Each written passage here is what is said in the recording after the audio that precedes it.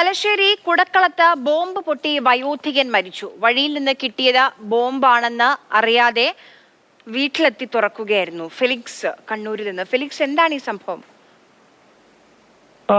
ഇന്ന് ഉച്ചയ്ക്കാണ് ഈ സംഭവം നടന്നത്. തലശ്ശേരി കുടക്കളത്ത് ഈ വയോധികൻ, 80 വയസ്സ് പ്രായമുള്ള വേലായുധൻ എന്നയാള്, ഇദ്ദേഹം ഈ വഴിയരികിൽ നിന്നും സാധനങ്ങൾ, ഈ തേങ്ങയും മറ്റും പറക്കിയെടുത്ത് കൊണ്ടുപോകുന്ന ആളാണ്. വഴിയരികിൽ നിന്ന് കിട്ടിയ ബോംബാണ്, പക്ഷെ ഇത് ബോംബാണെന്ന് അറിയില്ലായിരുന്നു. അങ്ങനെ ഒരു വീട്ടിലേക്ക് കൊണ്ടുവന്നു. ആരുമില്ലാത്തൊരു വീടാണ്. അവിടെ എത്തി ആ വീടിന് മുൻപിലെത്തിയത് പൊട്ടിക്കുകയായിരുന്നു, ഇത് തുറക്കുകയായിരുന്നു. അങ്ങനെ തുറന്നപ്പോൾ ഇത് പൊട്ടിത്തെറിച്ചു. അങ്ങനെ ആണ് ഈ 80 വയസ്സ് പ്രായമുള്ള വയോധികന്റെ ജീവൻ നഷ്ടമായത്.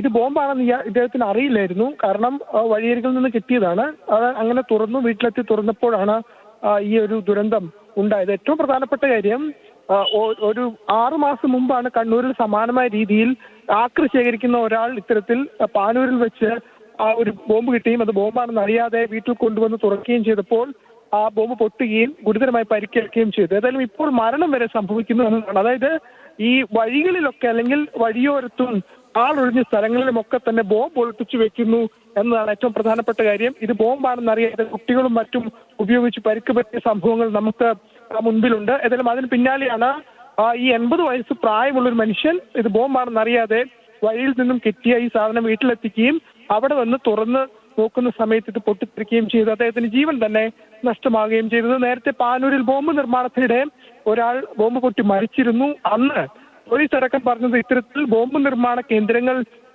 കേന്ദ്രീകരിച്ച് പരിശോധനകൾ ഉണ്ടാവും, അന്വേഷണങ്ങൾ ഉണ്ടാകും എന്നാണ്. പക്ഷെ അത്തരം ഒരു പരിശോധന, അന്വേഷണം ഒന്നും തന്നെ നടക്കുന്നില്ല. കഴിഞ്ഞ ദിവസം ന്യൂമാഹിയിൽ തന്നെ നട്ടുച്ചയ്ക്ക്, അല്ലെങ്കിൽ വെളിച്ചത്ത് തന്നെ ഒരാളുടെ വീട്ടിലേക്ക് ബോംബ് എറിയുന്ന ദൃശ്യങ്ങളൊക്കെ പുറത്തു വന്നതാണ്.